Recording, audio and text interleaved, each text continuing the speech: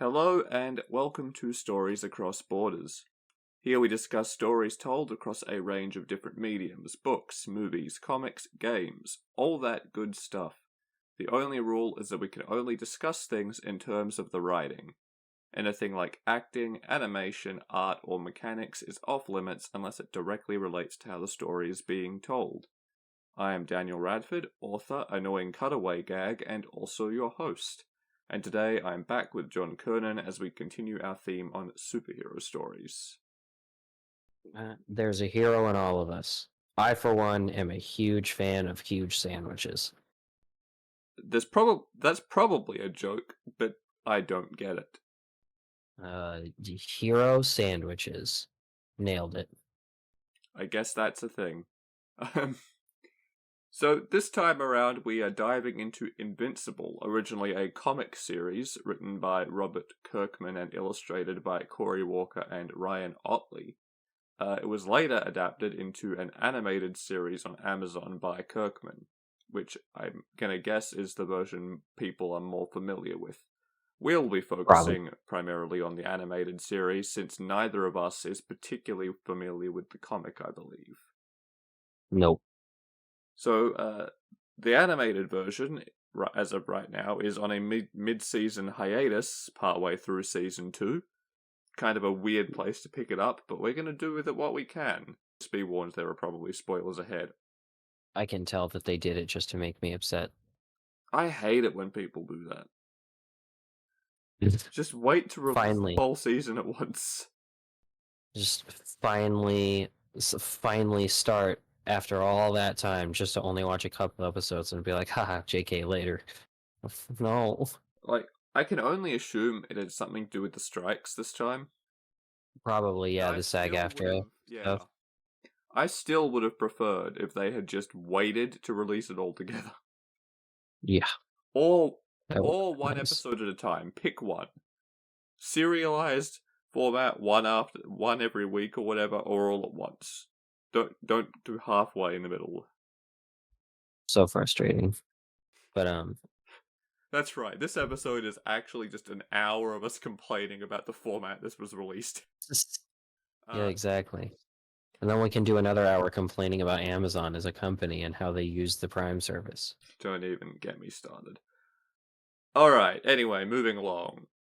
Invincible. So Invincible is a weird one, tonally and narratively, I feel like, right? Because it's sort of equal parts deconstruction and parody, and played straight. Yep.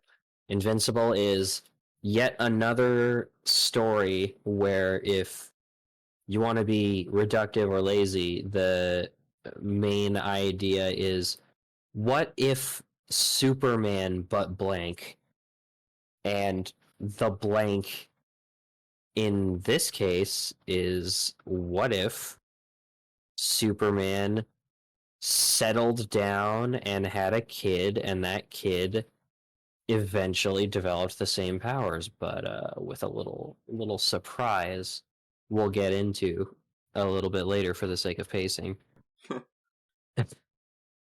Mark seems to have known this is coming and been waiting a long time. His dad may have a quote-unquote secret identity, but it's only a secret to the outside world. Mark very much knows who his dad is, to the point where he knows exactly what's happening when he finally just is at work and accidentally chucks a trash bag into the stratosphere. Yeah, he's like, good, it's about time. Finally, I can stop feeling inadequate compared to my father. Except I'm not a normie anymore. If anything, he only ends up feeling more inadequate. Thanks, Dad. I mean, you know, at least he'll still have him in 500 years.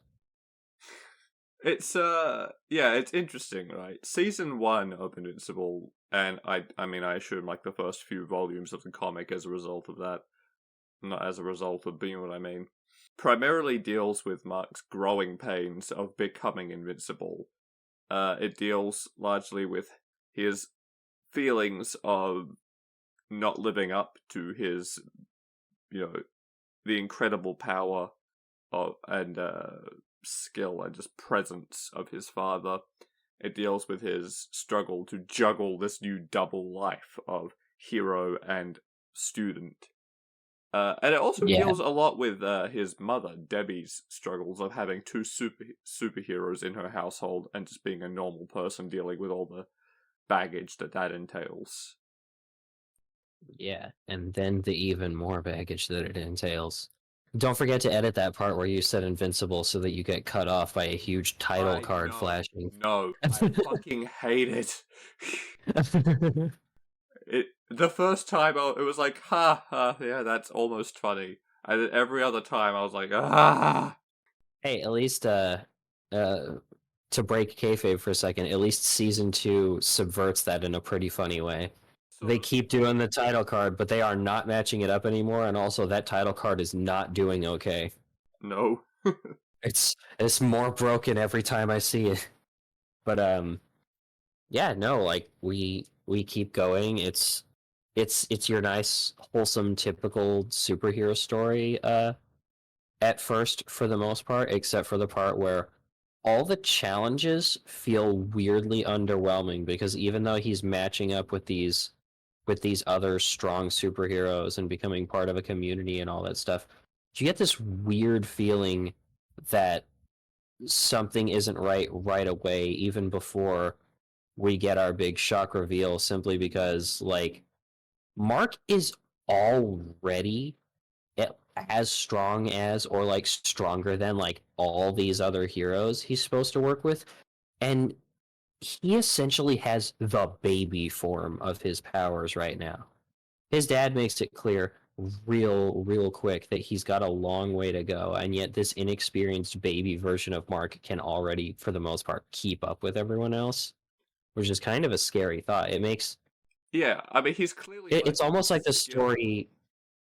Yeah, absolutely. And it's this weird feeling that it's almost like the story infantilizes these other threats in a way by being like, well, it's kind of a threat to these kids. If Omni-Man was here, 2 seconds, and then we get to go see what's going on with the Guardians of the Globe, the Justice League analog in this world, and they're doing great. Just great. Yeah, we'll touch on that in a second. But just to get more into what you just said, I think like that's kind of the thing, right? Is that the story is showing us simultaneously that just because of who he is, Mark's base power level in this setting matches or exceeds some very seasoned, skilled heroes. But it also shows us that he is not at all competent at wielding that power. He lacks the experience to deal with the stress and emotional severity of the situations he's in, and he lacks the skill to physically wield the power effectively. Like, he's a terrible And flyer. He doesn't know, like, his first outing breaks a bunch of stuff he didn't need to break, you know?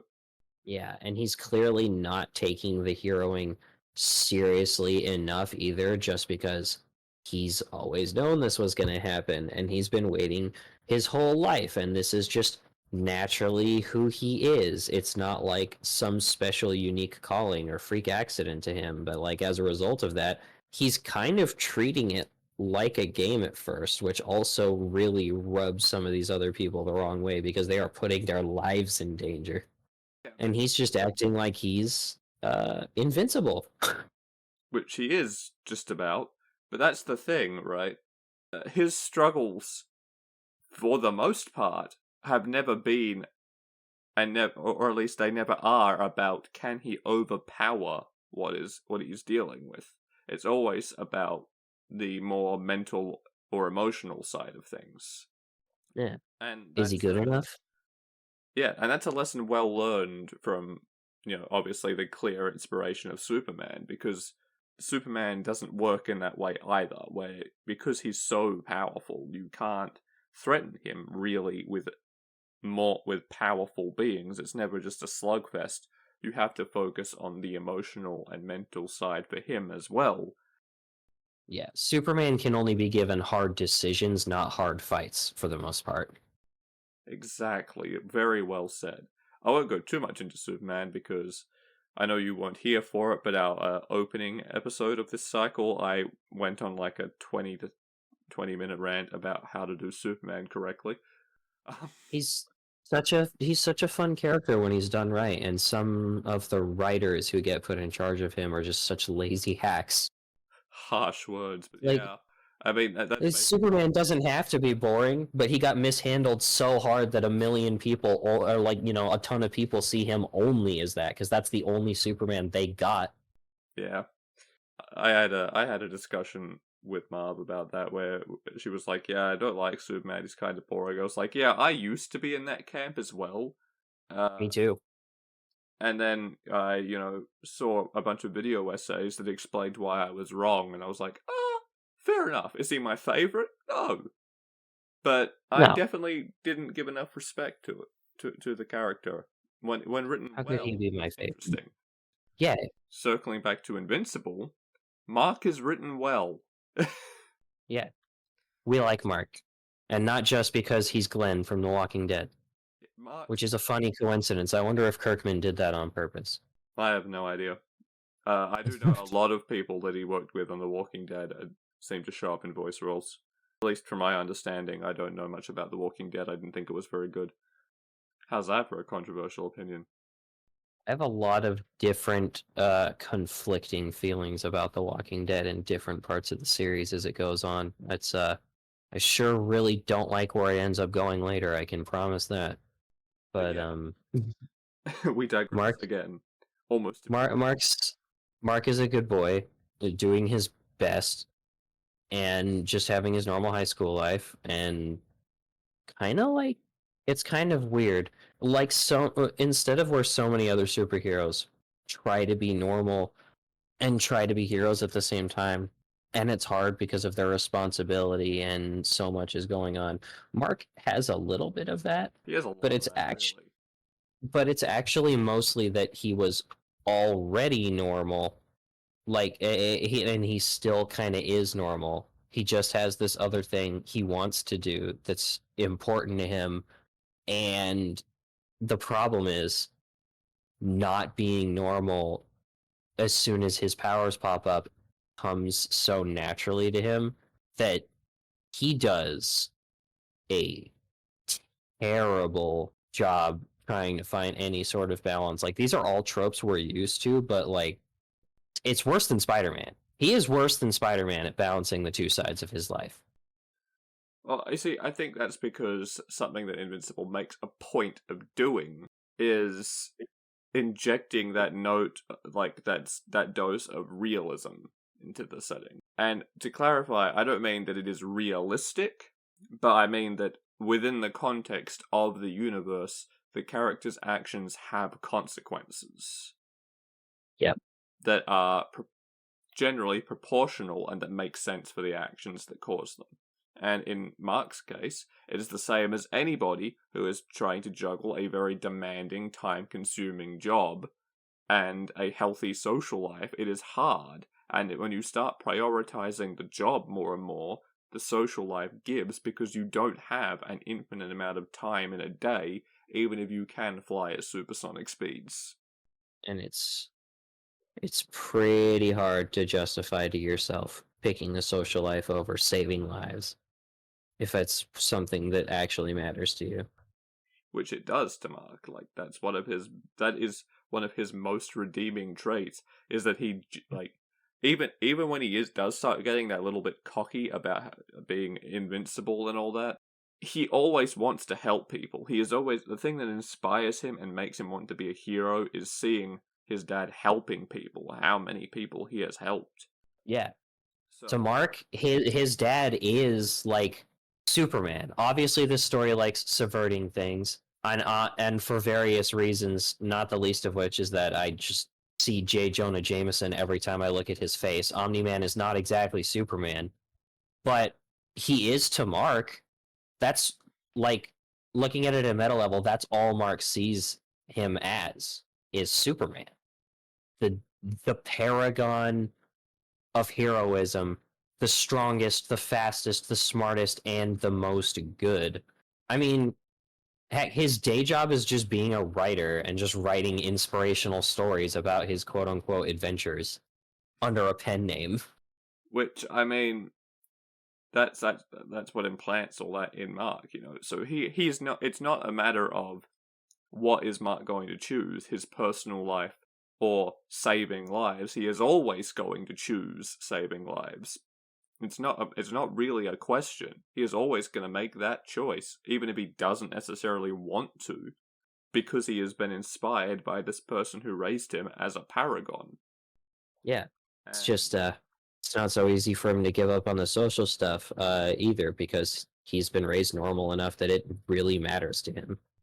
yeah, it's a struggle. And the thing is, like, because he is keeping this a secret, he does end up hurting people in his regular social life. His new relationship is on the rocks, basically, from the beginning. We start seeing less and less of his best friend on screen because he's just spending less time with them because he's always off doing something else. Yeah, it's kind of sad. And Can't help but, for the most part, understand where Mark is coming from. Although there's a small part of me that's like, man, there's nothing secret about heroes in this world. Why are you bothering? But I mean, it's not just in his life either. Like, we see how it affects Debbie as well, how she starts feeling progressively more isolated and irrelevant in her own home as Mark and his dad start bonding over the superhero stuff. She starts feeling left out, and like the things she says don't matter anymore. Like, the human things she provides are becoming less relevant and important. Yeah. Suddenly, the most influential and strong aspect of the family becomes something she doesn't share in literally at all. And never will. And that's rough. And I guess we've probably sidestepped the topic long enough. We get a nice big shocker right near the end of episode 1 of the show. I don't know how long they wait in the comics. I think it's a similar amount of time, but maybe a little bit later. Chances are, if you have been on the internet, you know this is coming anyway. But So, remember when I said that whole what if Superman but blank thing? Well, the what if Superman's not Mark. It's Omni-Man, the actual Superman figure, and what if Superman was actually what if Krypton was all about conquering planets and Superman was sent to do that from the beginning and loyal to that mission and murdered the Justice League in cold blood, one by one. yeah, you see, the reason there's a bunch of very young, inexperienced heroes on the street all of a sudden, I mean, they always were active, but dealing with threats that are more like Justice League territory instead of like Teen Titans territory, is because Omni-Man kills the Guardians of the Globe. All of them. And pretty much the rest of the season, and to an extent the series, is dealing with the fallout from that. Yeah, Because, and we get to sit on that information while nobody but the audience knows. I mean, it doesn't take long for Cecil to start piecing it together, really. Cecil's pretty sharp. But Cecil, who is sort of the Nick Fury, Amanda Walker, Walker, I don't know, Waller. stand-in character for Invincible, he's left with this problem of, he started piecing it together, but what the fuck is he going to do about it? Especially when he's the only one who has an actually fairly accurate idea of just how strong Omni-Man is. Anyone else who figured it out would probably almost immediately start putting a direct plan in place to stop him, but Cecil knows that if that is not executed 100% perfectly, they are all screwed. Omni-Man is not a joke. I mean, okay, so yeah, he got put in the ICU by fighting the Guardians of the Globe. He got banged up pretty bad. But But that was all of the best heroes Earth had to offer at once. at once. Yeah,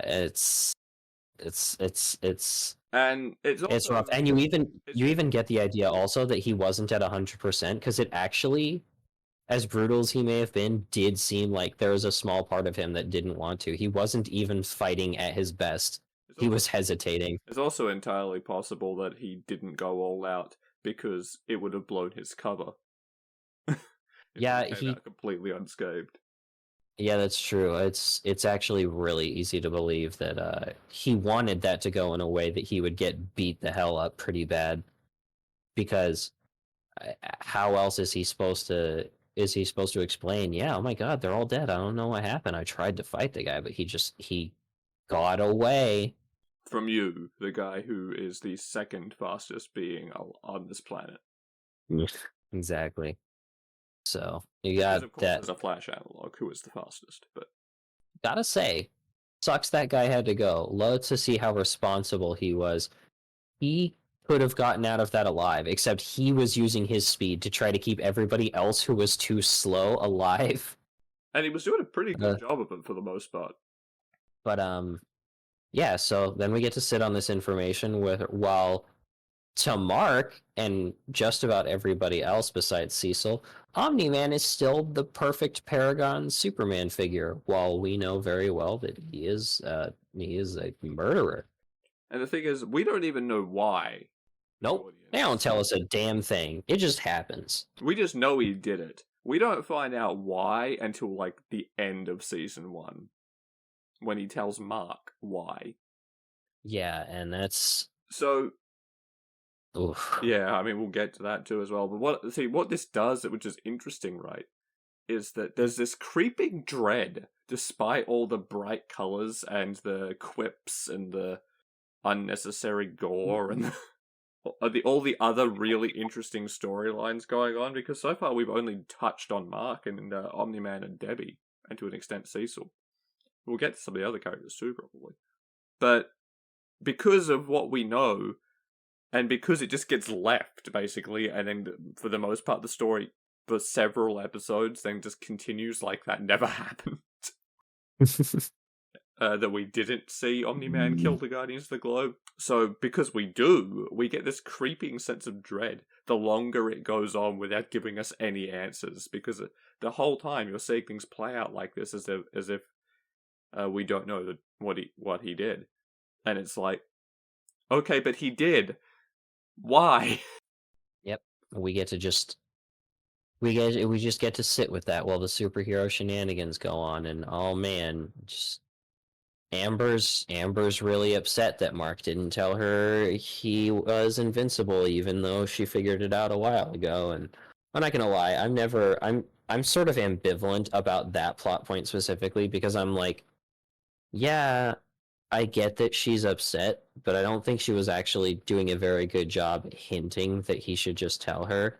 I mean, to be And fair, I think that was kind of the point, that she shouldn't have had to tell him. He should have figured it out himself. yeah, And it's a also, weird thing, right? Because when I look at the basic idea, I'm like, I don't know. I don't think he should feel obligated to tell anybody. They haven't been dating that long yet. And then on the other hand, I'm like, but also in this world, being a superhero really isn't that huge a deal, which kind I mean, of they really clearly are all secret, keeping their identities secret. Yeah, but I also doubt they're really all that secretive with anybody they're really close to, because they're such public front-facing figures, and they all have like government oversight of some kind too. Yeah, I don't know. What I like about that whole situation is that it never tries to tell us that Amber is right or that Mark is right. Yeah, that's good. It's completely understandable why Amber would be upset that Mark didn't tell her, and feel the way she does. It's completely understandable and completely fair on her part to feel hurt by this. But it also, Yeah. on a logical level, it's completely understandable why Mark doesn't tell her, because it's a high school relationship.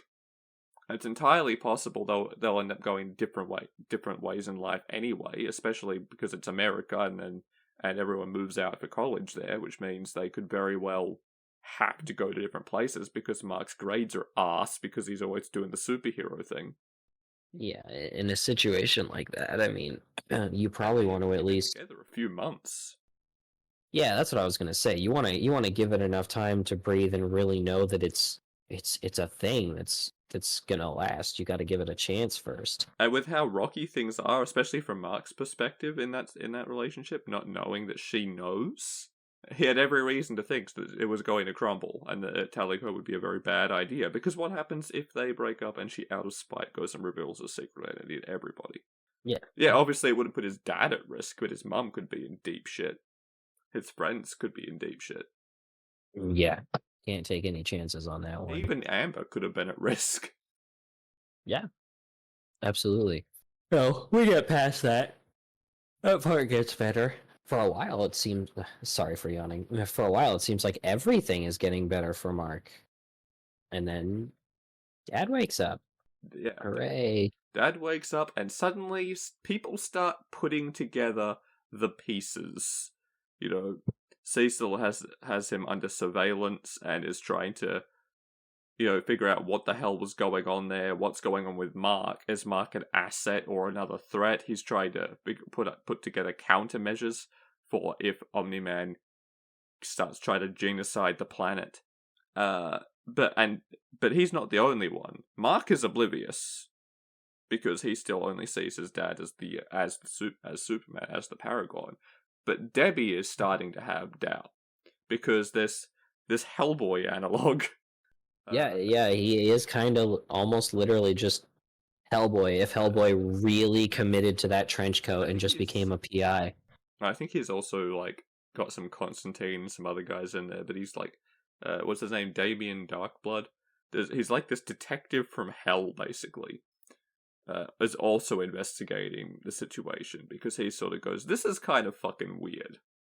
Some stuff doesn't add up here," and he gets it in Debbie's mind that something isn't right here. So even when Cecil is forced to banish Darkblood back to hell, despite the fact they both know the truth at this point and are in complete agreement, Cecil has had his hand forced. Debbie is still left with this doubt of this doesn't seem right, and she starts investigating what's going on with Omni-Man and getting closer to the truth. Yeah. And eventually, Omni-Man realizes that the jig is up, that Cecil knows, and that Debbie quite possibly knows. And he realizes, unfortunately, fuck, I have to get ahead of this and get Mark on my side. Yeah, because that's the one thing, both fortunately and unfortunately, the one thing about this planet that actually matters to Mark is Omni-Man. Or, sorry, got it backwards. To Omni-Man is Mark. Not just because he is his son, but because, as we're going to learn in a few minutes, Mark's existence is one of the main reasons he is here in the first place. Yeah. So, Omni-Man ends up basically on the warpath, comes across Mark, tries to convince Mark to join his side, explains that what the Viltrumites actually are, that they're not this peaceful utopia, they're basically violent eugenicists. Yep, they are. They're stronger and faster, and as far as they're concerned, smarter than the rest of the universe. So they should really just lead them and make everything better for everyone, everywhere. Because obviously, it would be better if they were in charge. And Mark's like, "No, I'm not doing that. That's fucked. Like, I learned from you to help people and protect people, not conquer them." Yeah, exactly. And as Nolan's just like, no, son, how are you supposed to help and protect them if you don't conquer them first? They have to fear and respect you and do whatever you say. Then you can protect them easy. Anyway, that turns incredibly violent. Millions of people die.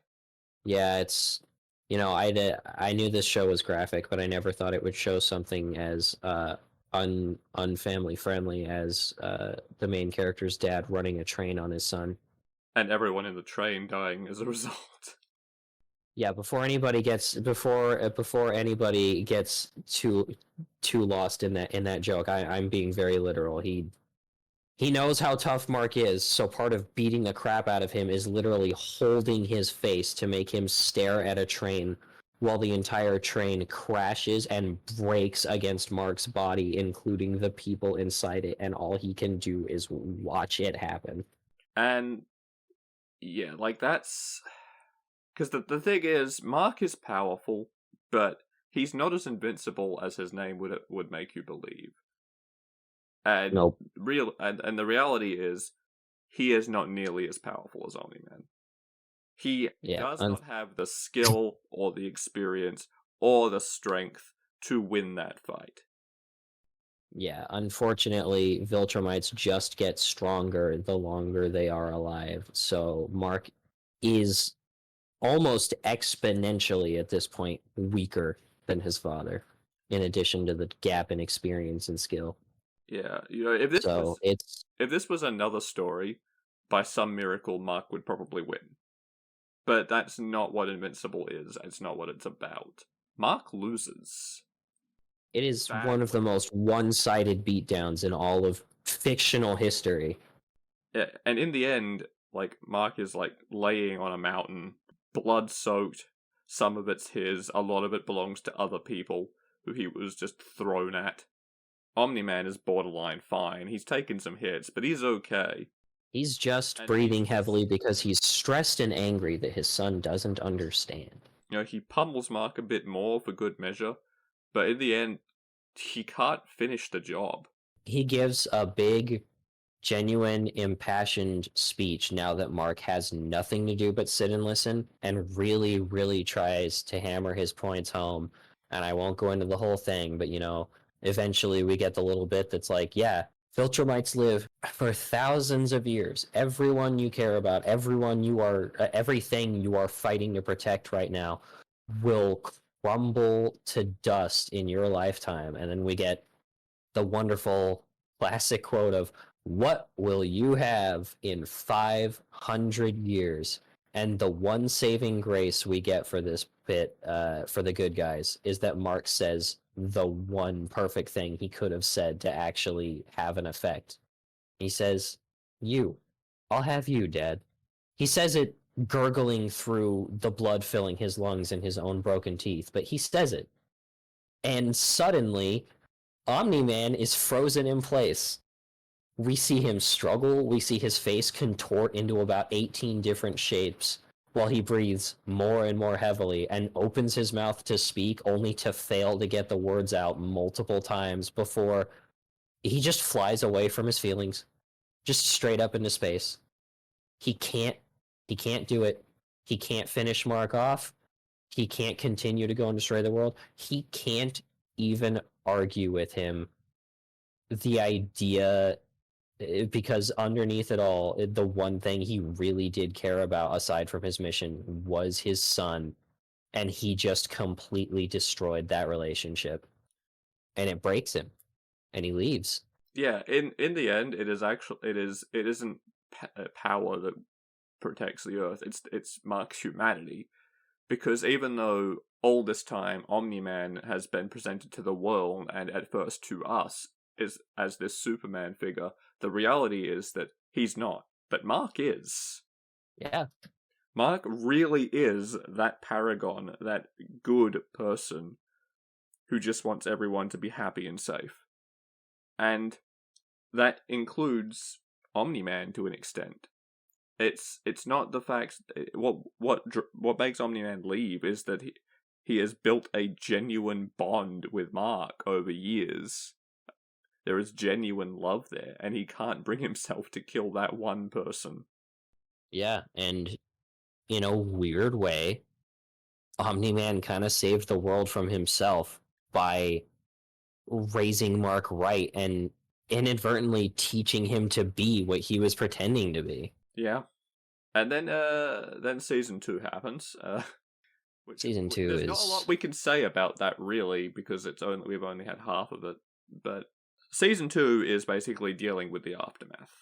Yeah, and what an aftermath it is.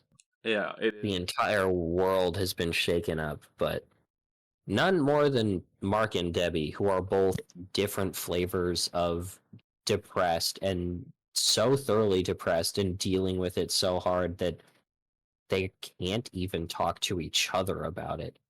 Because as depressed as they are, they're both upset and broken about completely different different things, and don't actually understand each other's pain, even though it comes from the same place. Yeah, Mark lost his idol, but Debbie lost her husband. Now, she didn't just lose her husband. She got to find out the whole thing was a sham from the beginning. He 20 or called her 20, a pet. yeah, 20 years, I think it is, just all of it a lie. Yeah, 20 years of her life, and she finds out that to the man she was in love with, she was a pet. A pet that he impregnated and had a child with. And yeah, so she's dealing with that, and let's be real, like, it would be hard looking at Mark after that, because he's exactly who who Nolan pretended to be. Yeah, it's really rough, and Debbie lost the person she loved most besides Mark, who she assumedly loves about the same amount. Whereas Mark, in a weird way, Mark may not have like loved his dad as much, if only because he never really saw him as an equal like Debbie tried to. But he not only lost his father, he lost his entire identity because that's what he was modeling his identity off of. On top of And that, that was a lie too. he's also got massive survivor's guilt because of all the people he couldn't protect from his father. And the people who were literally smashed to paste against his own face. Yeah, so he's dealing with honestly shit on an entirely different scale to Debbie, but both are in very like they're both in pain, indescribable amounts of emotional pain and anguish, and that's what I like about Invincible. Like even before we get into the other twist that happens in the first part of season 2, because oh boy, that's something. Is that it never shies away from the consequences of things. And that's because that's one of the things that often irks me about superhero media, especially in comics where everything is reset every like 5 years or so. Um, Not that I read a lot, but that's a big part of why I don't really pay attention to comics.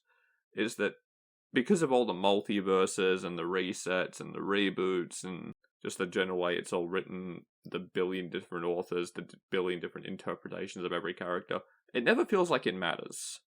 You know? Yeah. Invincible is really good at making everything matter. Yeah. In fact, you could almost say Invincible is about the consequences of actions more than anything else. And yeah, I know in the grand scheme of thing, everything is the consequence of other actions, but like that's what Invincible cares about. It picks a thing to happen and then goes, well, what what just happened and what's Yeah. going to happen because of it? In In a fight between Superman and Zod, the aftermath isn't what matters in the story. It's the big knockdown brawl between two Kryptonians. Does he win? Does he save the world? He wins. Great. Kind of Invincible. sucks that he might have killed him. We thought he didn't do that, but he won. Yay. Oh yeah, fucking Man of Steel with the collateral damage. We don't need to go into that again. We did that enough in the last episode. But that's not what Invincible, at least so far, has been about. It's about the reality. Like, it's about what is underneath the bright spandex and the brawls that, break the sound barrier. And it's about what happens after that fight. Yeah, which is a big part of why where it is right now, at least season 2 has been satisfying, despite how depressing it is, because that is the entire season, is the aftermath of like the biggest, most traumatic thing that could have possibly happened to our main character, and one of the biggest, most traumatic things that has happened to the planet in a really long time. There hasn't been something that dramatic happen on Earth since the dinosaurs went extinct. Yeah, even though it could have been a lot more dramatic in the number of people that died and the amount of actual damage that's I done. mean, we never really to be fair, we don't necessarily see all of it. Yeah, but like the world has lost all of its most powerful protectors over the course of like what, a couple months, and And one of now them was all a that it's traitor. left with, yeah, and now all that's it's left with is a bunch of rubble, a bunch of broken hearts, broken lives, and some kids with superpowers. Well, a little Mostly more kids. than that. uh, Teenagers, college students, young adults, and to a lesser extent, one or two kids with superpowers. and also, the immortal. Might as well Yeah, drop that in there. the the the Mr. Gaelic warrior himself. Also Abraham Lincoln. Also, apparently Abraham Lincoln. Uh, That was a fun little reveal. yeah. Adds nothing to the Although, story. It's like, oh, okay then. Immortal, pretty lame, getting with duplicate, gross. I mean, I do appreciate how that was explained. Oh yeah, no, listen, totally justified and understandable for the most part from Kate's side.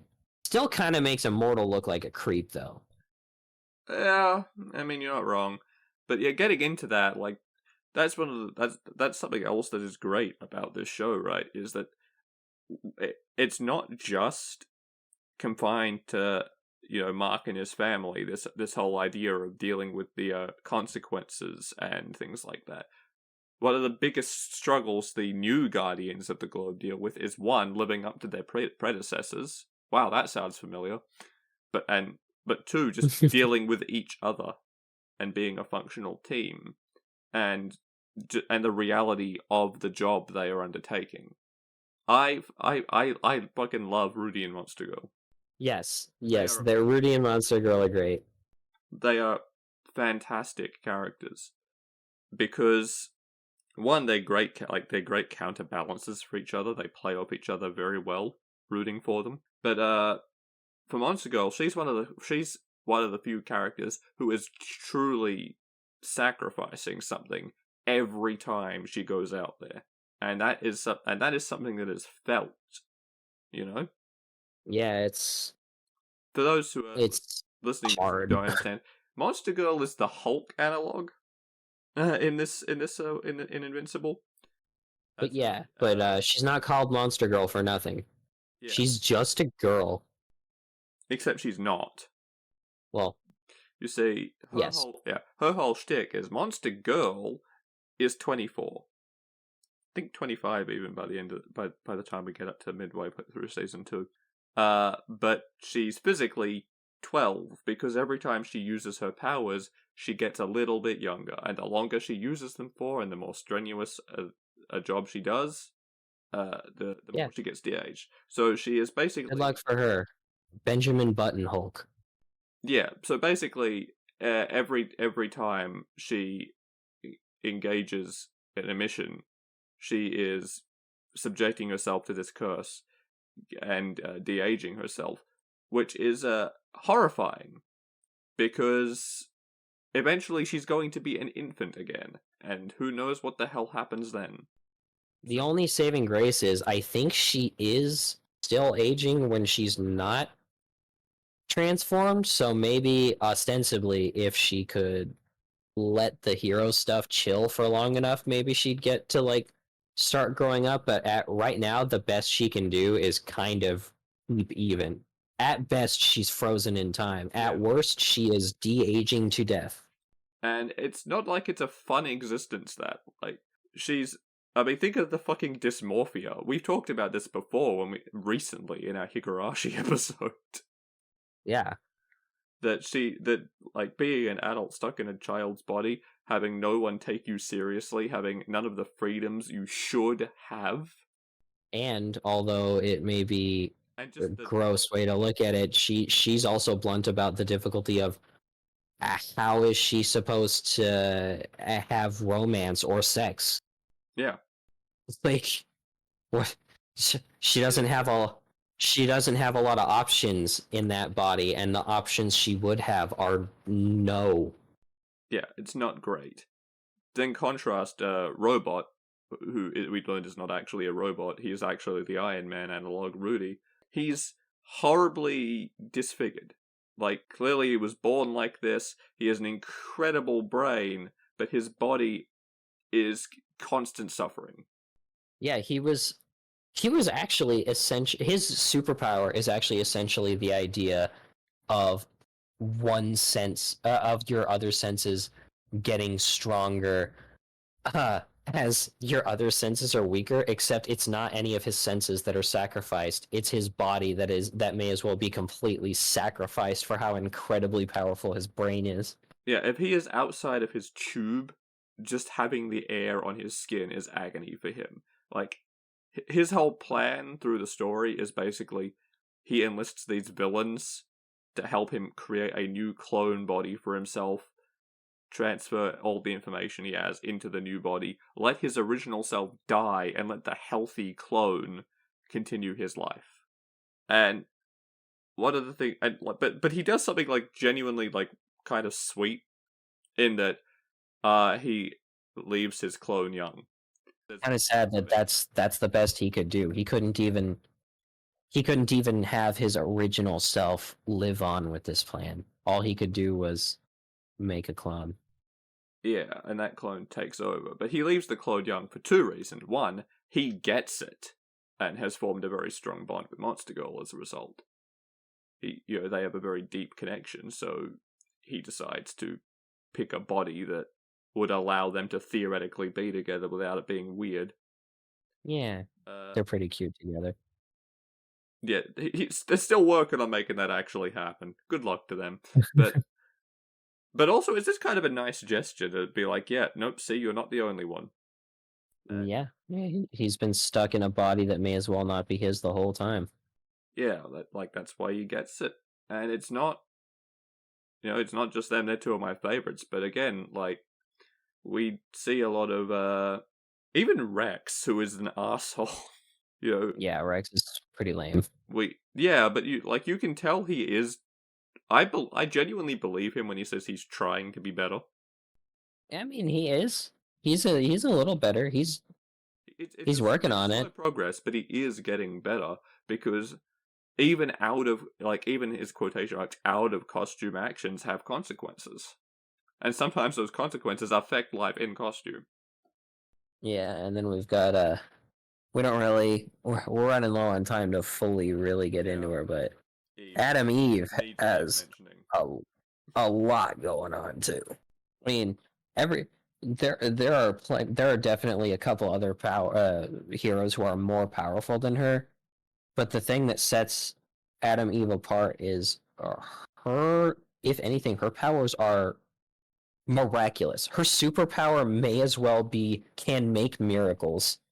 Like, yeah, she can manipulate matter at the atomic level and make it just do what she wants. She's basically like an analog to a couple of heroes. The obvious one's Green Lantern, but that's her whole thing. But she can take it so much further than any of them can.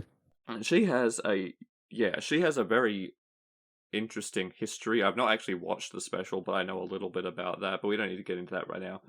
But she has a very long journey, right, of sort of self-discovery of who she wants to be as a hero. She questions, because her home life sucks, her parents do not like, especially her father, do not like her doing the hero thing. And they do not express it well, that they have these worries about it. But she goes in this like long journey of, do I even want to be hero? To, no, I have to do something. I have this power that can do basically anything, but why am I fighting villains when I could save so many more lives by helping end droughts and prevent disasters and rebuild homes? And so she starts doing that sort of thing, like using her powers for like humanitarian work. But the thing is, she is also getting a little overconfident in what her abilities can do. And is being forced to start to realize that aspect of her power has its limitations too, and she has to think about what she's doing. She has to plan. She has to be ready. Like, her power is godlike, but it is not godly, and she has to use it responsibly the same way you have to use like fighty powers responsibly. And where we leave off with her, she's not in a good place because some of the things she's built are crumbling because she didn't understand the engineering behind it. People nearly died. So when she goes into combat to basically blow off steam, more people get hurt, and she ends up going back home basically saying, fine, you're right. Powers are dangerous. And she is not in a good place. No. Which is, we've talked mostly, we've just gone over the plot and said why we like it, but it always comes back to the same idea, right?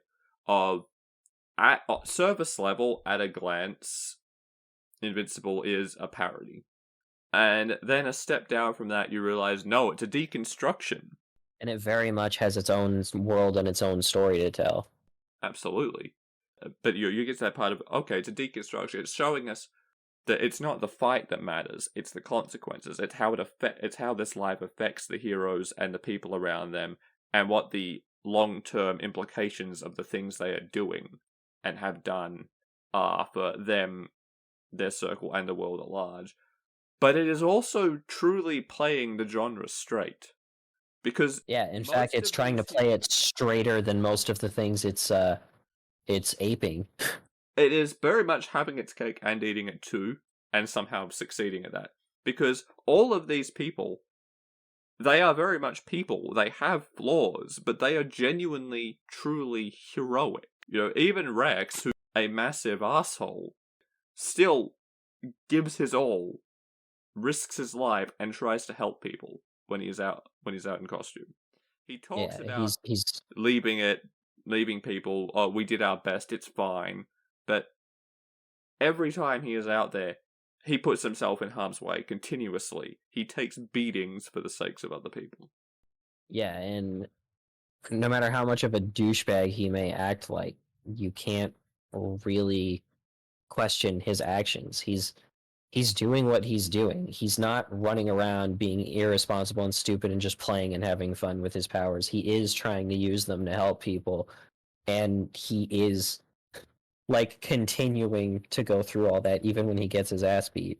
And And honestly, I would argue that it's entirely possible that part of his personality flaws is just the blowing off steam because of how yeah, stressful and dangerous his life is. I mean, how often do people in high stress, dangerous, life threatening professions end up being kind of jerkasses outside of those professions because of the yeah, stress?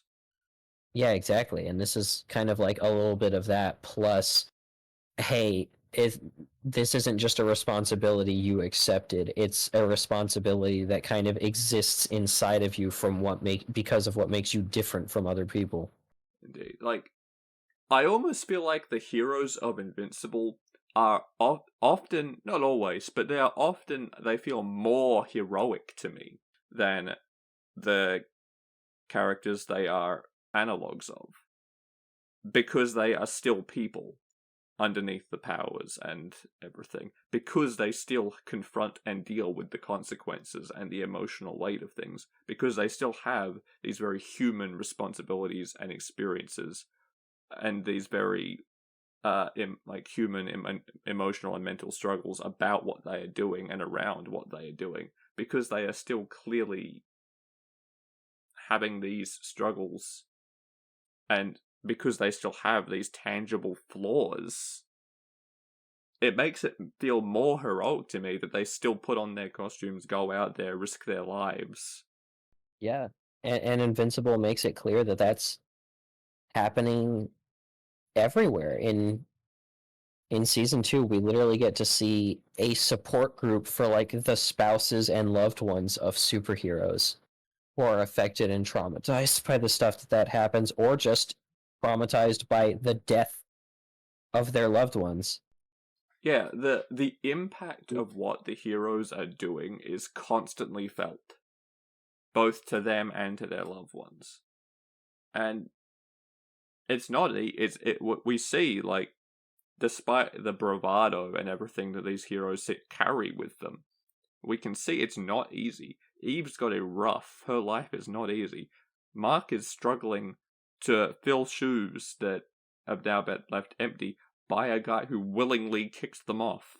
You know, at a lesser level, not lesser, but like smaller scale, Debbie struggles with the same weight of what Omni-Man did. She discovers that maybe she's not so welcome at that support group because, Some of those people are there because her husband killed their spouses. yeah, or even though Eve's parents communicate it very badly, their fears are not unfounded. Nope. Their concerns for their daughter are valid. And they exist because of the world she is choosing to inhabit. Hell, even Donald has concerns that are to deal with. Well, yeah, you know, They I mean, barely we even do. touched that. Like, what the hell is going on with Donald?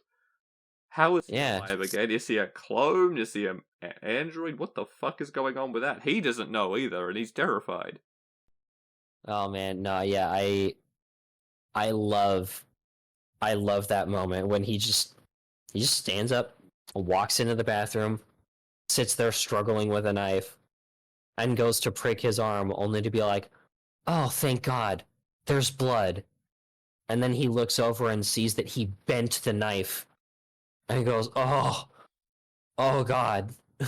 Yeah, because through all of this, Cecil is an ordinary human being desperately trying to keep the world safe and stable when there is all kinds of superpowered threats floating around, including the heroes, Yeah, and as we've you know, established with Omni-Man. for anybody listening who didn't see it, we're saying this because we're pretty sure we saw Donald die at the end of season 1. Omni-Man dug his hand into his spine, squeezed it to pulp, and then the house they were in blew up. And yet, here Donald is. And he doesn't seem to remember this. He doesn't. He doesn't remember dying.